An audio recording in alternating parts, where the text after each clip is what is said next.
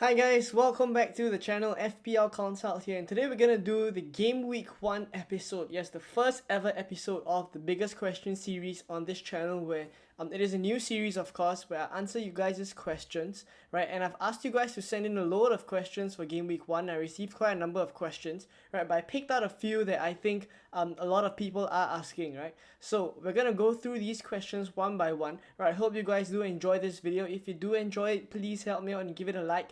Subscribe if you are new around here. Okay, so the first question is Kane or Haaland, right? So this has been the question of the season. For sure, everyone has been asking, do you start with Haaland or do you start with Kane? Some are thinking of going with Kane in Game Week 1 and then booking in the transfer to go for Haaland in Game Week 2. Right, so I just want to lay out some benefits and disadvantages as well of going for either of these players. Right, so let's talk about Kane first. So Kane is a proven Premier League performer. Right, if you take a look at his Premier League stats, the 2021 and 2022 stats per 90 are on the screen right now. 36 out of 37 available starts, right? Lots of shots on target, and he also has 17 goals, right? So across the whole season, his expected goals per 90 was 0.59, right? So that's more than one goal every 2 matches, right? And then if you take a look at chances created, we know that he did create a lot of chances for Son this season as well. 49 chances created, 11 assists came out of that, and that's why his expected assist per 90 is also really good, right? So in general, the stats also tell us that Kane is a proven Premier League player, right? So even in his preseason as well, he has been firing, right? As opposed to other preseasons where he has kind of been rumored to leave Spurs. This season is pretty certain that he would stay, right? And on top of that, he has been performing really well in the preseason games as well, right? So on top of all this, right, Kane also rotates really well with Salah if we have Salah in our team in terms of captaincy, right? So another reason why we should go for Kane instead of Haaland, right, is that Haaland is a little bit of an injury risk and also a minutes risk. But when we talk about Kane, we know that he's going to play almost the whole 90 minutes and start almost every game, right? And he rarely gets injured. That's the thing. He is quite a hardy player, right? So all these reasons that I just stated kind of make Kane a good pick. If you want to go for Kane, you do want to hear these things that I just said, right? You do want to have some confirmation bias there. But now we're going to talk about Haaland, right? And why we should consider Haaland, right? So firstly, he has a higher effective ownership, 58.4%, right? So obviously, if we go against the bulk of FPL managers who have already chosen him, then we are going to take a bit of a rank hit if Haaland holds, right? And on top of that, let's take a look at his Bundesliga stats, right? Of course, we won't have to factor in some adjustments when we're talking about moving from the Bundesliga to the Premier League. But based on his Bundesliga statistics, this is insane. He started 21 out of the 24 available games that he could play, right? The other 10 games he was injured, right? So he's managed 52 shots on target and 22 goals came out of that, right? So if you take a look at these stats, just the shots on target and goals alone, it outperforms Kane, right? He is slightly more of a clinical finisher, right, in terms of just this statistics wise, right? And then if you take a look at his expected goals per 90 is crazy. It's 0.8, right? And then chances created 33, 8 assists, expected assists per 90 of 0.28. So we do have to acknowledge that Haaland did really well in the Bundesliga, right? Even if we adjust these numbers, it wouldn't go too far off a very good top performer in the Premier League as well. So that is what we are expecting of him, right? And to top this off, City's fixtures from Game Week 1 to Game Week 8 are really good, right? I've only managed to put the first 3 game weeks here, but Spurs, as we can see, already have a tougher fixture in Game Week 2 where they play Chelsea, right? I know Chelsea's defense is a little shaky, but that's a story for another day, right? So there are other teams that Spurs are playing which will be difficult as well, like Liverpool, right? So in general, from Game Week 1 to Game Week 8, Manchester City do have a really good run of fixtures, right? And we know the kind of team they are, right? They are a team that has a lot of possession, right? And they have a lot of creators in their teams. Their midfielders can supply crosses. Their wingbacks can also supply crosses, right? They have a lot of possession when they play games, right? Majority of the possession is always with them, right? So it's kind of like goals waiting to happen when it comes to Haaland, right? He's just going to be the number 9 there, and the poacher that he is going to get those goals. as opposed to Kane, where Kane is kind of the creator as well. Sometimes the supply in Spurs may not be as good. Kane turns the creator. So in these situations, we kind of see that Haaland is probably the finisher that we kind of want, but Kane can sometimes be the creator, which we have seen last season. He drops quite deep as well, which is not something that we liked a lot, right? But this is something that we need to note, that Kane can sometimes drop back a lot, right? While Haaland is probably just someone who stays up there and gets the goals, right? So probably in terms of a forward asset, the goals is what we want, right? So definitely there is some case for going Haaland over Kane here. And on top of that, there is potential penalties for Haaland, right? There has been some talk as to whether he would take the penalties of Mahrez, right, who is the current first choice taker for Manchester City, right? But if Haaland becomes the first choice penalty taker, that just increases his appeal as well, right? So a lot of returns could be in store for Haaland, and those of us who want to go for Haaland, there is a very good case as well, right? So how do we conclude this pre-season long debate, right? My take on this is, who do you think will get you more points over the course of the period before you wildcard? Because we may wildcard in game week 4, right? Some of us are going for that early strategy where we want to attack the first 3 to 4 game weeks and then wildcard early. Or some of us are thinking of wildcarding in game week 8. And if that does happen, right, then our time period that we would have for our game week 1 team to last us till we wildcard is could vary, right? So my question to you guys is, who do you think would get you more points over the course of the period before you wildcard, right? I don't think that it's very wise if you actually go for both of them, right? Because you would have to compromise in areas where you can get better value players, maybe in the defense where there are a lot of 4.5 million defenders who are pretty good options as well, right? So I wouldn't advise to go for both, right? So make a decision. Who do you think will get you more points over the course of the whole period before you wildcard? So I have gone back and forth a bit on this, right? Actually quite a lot, right? And I'm currently at Haaland, right? I just was on Kane like 2-3 days ago, right? But now I'm on Haaland, and that's because I've just analyzed the fixtures over the course of the 8 game weeks, and Spurs do have some tough fixtures, right? And City's run is brilliant, right? So that is what is tipping me over to Haaland for now, right? But I do note the kind of disadvantages that come with going for Haaland, right? He is a little bit of a minutes risk as well as an injury risk, right? He may only get 60 minutes, he may only get 70 minutes, especially with the 5 substitutions rule now in place for the Premier League games. He could very well just be substituted each time Man City are well ahead, and it could be the case, right? 60-70 minutes Haaland gets subbed off every game, and that's not really what I want, right? So currently I am stuck on Haaland, right? But let me know down in the comments below who you guys are going for. Are you going for Kane? Are you going for Haaland? Going for neither? Are you going for both? Let me know down in the comments below.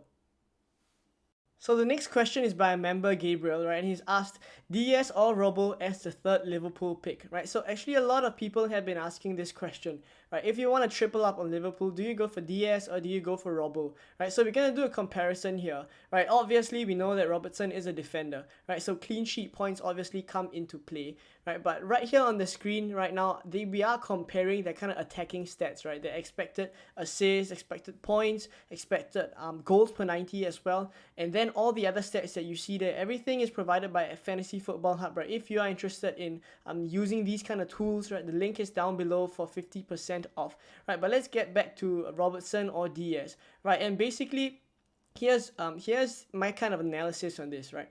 Robertson saves us 1 million, right? He is 1 million cheaper, and on top of that, his clean sheet points are kind of guaranteed. Liverpool are a really good defense, right? They have a really good run of fixtures in the starting few games as well, right? So clean sheets are almost guaranteed for him, right? And that is a good 4 points, right? And then in terms of chance creation, we know that Robertson is really, really good. If you take a look at the this kind of a chart right in the middle of the screen right now, you can see that in terms of crosses, he actually far outdoes Diaz, right? He really puts in so many crosses from that left flank, and we can see from the heat map right beside me here as well, Robertson just really dominates this whole left flank, as we know, right? And goes up a lot, puts in a lot of crosses as well, right? So we know what we are getting with Robertson. We know the quality that he has, right? But why would we want to go for Diaz, right? So some of the perks of going for Diaz is that he holds that 8 million midfielder spot, right? Which is a spot that is very important